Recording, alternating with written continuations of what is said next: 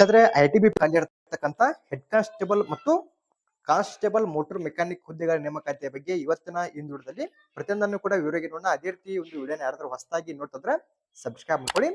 ಈ ಒಂದು ಐಟಿಬಿಪಿ ಅಲ್ಲಿ ಖಾಲಿ ಇರತಕ್ಕಂತ ಈ ಒಂದು ಹುದ್ದೆಗಳಿಗೆ ಸಂಬಂಧಪಟ್ಟಂತೆ ಯಾರೆಲ್ಲ ಅರ್ಜಿನ ಸಲ್ಲಿಸಬಹುದು, ಅರ್ಜಿನ ಸಲ್ಲಿಸೋದಕ್ಕೆ ಯಾವ ರೀತಿ ಕ್ವಾಲಿಫಿಕೇಶನ್ ಆಗಿರಬೇಕು, ವಯೋಮಿತಿ, ಸೆಲೆಕ್ಷನ್ ಪ್ರೊಸೆಸ್ ಮತ್ತು ಇನ್ನಿತರ ಮಾಹಿತಿ ಬಗ್ಗೆ ನಾವಿಲ್ಲಿ ಪ್ರತಿಯೊಂದು ಕೂಡ ಈಗ ವಿವರವಾಗಿ ನೋಡ್ತಾ ಹೋಗೋಣ. ಮೊದಲಾಗಿ ಇಲ್ಲಿ ಖಾಲಿ ಇರತಕ್ಕಂತ ಹುದ್ದೆಗಳಿಗೆ ಸಂಬಂಧಪಟ್ಟಂತೆ ಯಾರೆಲ್ಲ ಅರ್ಜಿನ ಸಲ್ಲಿಸಬಹುದು ಅಂದ್ರೆ ಇಲ್ಲಿ ಪುರುಷ ಅಭ್ಯರ್ಥಿಗಳು ಮಾತ್ರ ಅಪ್ಲಿಕೇಶನ್ ಹಾಕೋದಕ್ಕೆ ಅವಕಾಶ ಇರುತ್ತೆ. ಇನ್ನು ಯಾವ ರೀತಿ ಅಪ್ಲಿಕೇಶನ್ ಹಾಕ್ಬೇಕಂದ್ರೆ ಆನ್ಲೈನ್ ಮೂಲಕ ಅಪ್ಲಿಕೇಶನ್ ಹಾಕ್ಬೇಕು. ಆ ಒಂದು ಅಪ್ಲೈ ಲಿಂಕ್ ಅನ್ನ ನಮ್ಮ ಟೆಲಿಗ್ರಾಮ್ ಗ್ರೂಪ್ ಅಲ್ಲಿ ಕೊಟ್ಟಿರ್ತೀನಿ. ಎಲಿಜಿಬಲ್ ಆಗಿರ್ತಕ್ಕಂಥ ಅಭ್ಯರ್ಥಿಗಳ ಆ ಒಂದು ಲಿಂಕ್ ಮೇಲೆ ಕ್ಲಿಕ್ ಮಾಡ್ಕೊಂಡು ಅರ್ಜಿನ ಸಲ್ಲಿಸಬಹುದು. ಇನ್ನ ಅರ್ಜಿನ ಸಲ್ಲಿಸಿದ್ರೆ ಯಾವ ರೀತಿ ಸ್ಯಾಲರಿ ಸಿಗುತ್ತೆ ಅಂತ ಮಾಹಿತಿಯನ್ನು ಕೂಡ ಕೊಟ್ಟಿರ್ತಾರೆ. ಇನ್ನ ಒಂದು ಹುದ್ದೆಗಳು ಬಂದ್ಬಿಟ್ಟು ಗ್ರೂಪ್ ಸಿ ಗೆ ಸಂಬಂಧಪಟ್ಟಂತ ಒಂದು ಹುದ್ದೆಗಳಾಗಿರ್ತಾವ. ಇನ್ನು ಸ್ಯಾಲರಿ ಬಂದ್ಬಿಟ್ಟು ಇಲ್ಲಿ ಮೊದಲಾಗಿ ಹೆಡ್ ಕಾನ್ಸ್ಟೇಬಲ್ ಹುದ್ದೆಗೆ ಸಂಬಂಧಪಟ್ಟಂತೆ ನೋಡ್ತಾ ಹೋದ್ರೆ ಲೆವೆಲ್ 4 ಅಲ್ಲಿ ಸ್ಯಾಲರಿ ಸಿಗುತ್ತೆ. ಅಂದ್ರೆ 25,500 ರೂಪಾಯಿಂದ 81,100 ರೂಪಾಯಿ ತನಕ ಸ್ಯಾಲರಿ ಸಿಗುತ್ತಾ. ಇದು ಈ ಒಂದು ಹುದ್ದೆಗೆ ಸಂಬಂಧಪಟ್ಟಂತೆ ಆಯ್ತು. ಇನ್ನ ಇಲ್ಲಿ ಮತ್ತೊಂದು ಹುದ್ದೆಗೆ ಸಂಬಂಧಪಟ್ಟಂತೆ ಮಾಹಿತಿಯನ್ನು ಕೂಡ ಕೊಟ್ಟಿರ್ತಾರ. ಇದು ಮೇಲ್ಗಡೆದು ಹೆಡ್ ಕಾನ್ಸ್ಟೇಬಲ್ ಹುದ್ದೆಗೆ ಸಂಬಂಧಪಟ್ಟಂತೆ ಆಯ್ತು. ಇದು ಕೆಳಗಡೆದು ಕಾನ್ಸ್ಟೇಬಲ್ ಹುದ್ದೆಗೆ ಸಂಬಂಧಪಟ್ಟಂತೆ ಸ್ಯಾಲರಿಯನ್ನ ಕೊಟ್ಟಿರ್ತಾರ. 21,700 ರೂಪಾಯಿಂದ 69,100 ರೂಪಾಯಿ ತನಕ ಇಲ್ಲಿ ಸ್ಯಾಲರಿಯನ್ನು ಕೂಡ ಸಿಗತಕ್ಕಂಥದ್ದು. ನೀವು ಇಲ್ಲಿ ಯಾವ ಒಂದು ಹುದ್ದೆಗೆ ಸಂಬಂಧಪಟ್ಟಂತೆ ಅರ್ಜಿನ ಸಲ್ಲಿಸಿರ್ತೀರಿ ಆ ಒಂದು ಲೆವೆಲ್ ಅಲ್ಲಿ ಸ್ಯಾಲರಿಯನ್ನ ನಿಮಗೆ ಕೊಡತಕ್ಕಂಥದ್ದು. ಇನ್ನು ಇಲ್ಲಿ ಖಾಲಿ ಇರತಕ್ಕಂತ ಹುದ್ದೆಗಳಿಗೆ ಸಂಬಂಧಪಟ್ಟಂತೆ ಅಂದ್ರೆ ಒಂದು ಕ್ಯಾಟಗರಿ ಆಧಾರದ ಮೇಲೆ ಖಾಲಿ ಇರತಕ್ಕಂತ ಒಂದು ಲಿಸ್ಟ್ ಅನ್ನ ಕೊಟ್ಟಿರ್ತಾರೆ. ಇದರ ಬಗ್ಗೆ ನಿಮ್ಗೆ ಇಲ್ಲಿ ಮಾಹಿತಿನ ತಿಳಿಸಿಕೊಡ್ತೀನಿ.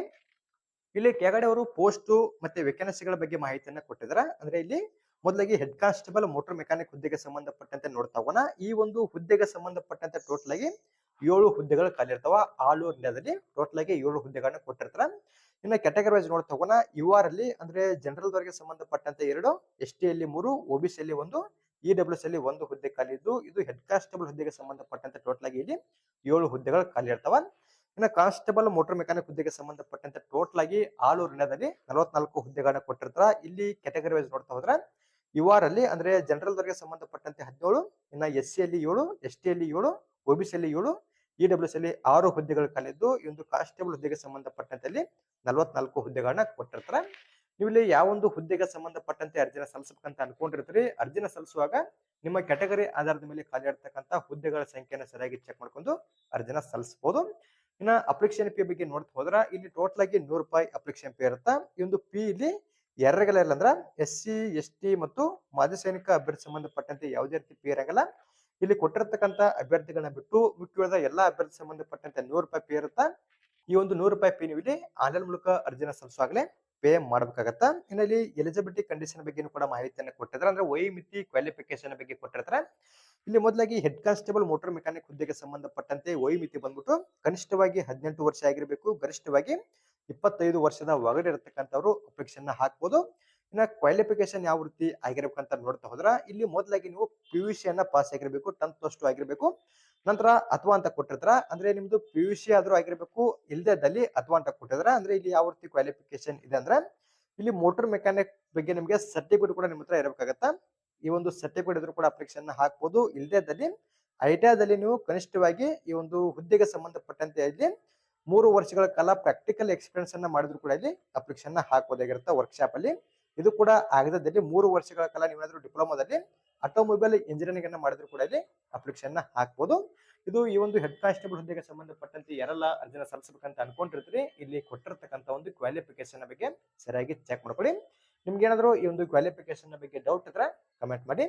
ಇನ್ನ ಕಾನ್ಸ್ಟೇಬಲ್ ಮೋಟಾರ್ ಮೆಕ್ಯಾನಿಕ್ ಹುದ್ದೆಗೆ ಸಂಬಂಧಪಟ್ಟಂತೆ ನೋಡ್ತಾ ಹೋದ್ರ ಇಲ್ಲಿ ಈ ಒಂದು ಹುದ್ದೆಗೆ ಸಂಬಂಧಪಟ್ಟಂತೆ ಅರ್ಜಿ ಸಲ್ಲಿಸುವುದಕ್ಕೆ ಕನಿಷ್ಠವಾಗಿ 18 ವರ್ಷ ಆಗಿರಬೇಕು. ಇನ್ನು ಗರಿಷ್ಠವಾಗಿ 25 ವರ್ಷದ ಒಳಗಡೆ ಇರತಕ್ಕಂಥವ್ರು ಅಪ್ಲಿಕೇಶನ್ ಹಾಕಬಹುದು.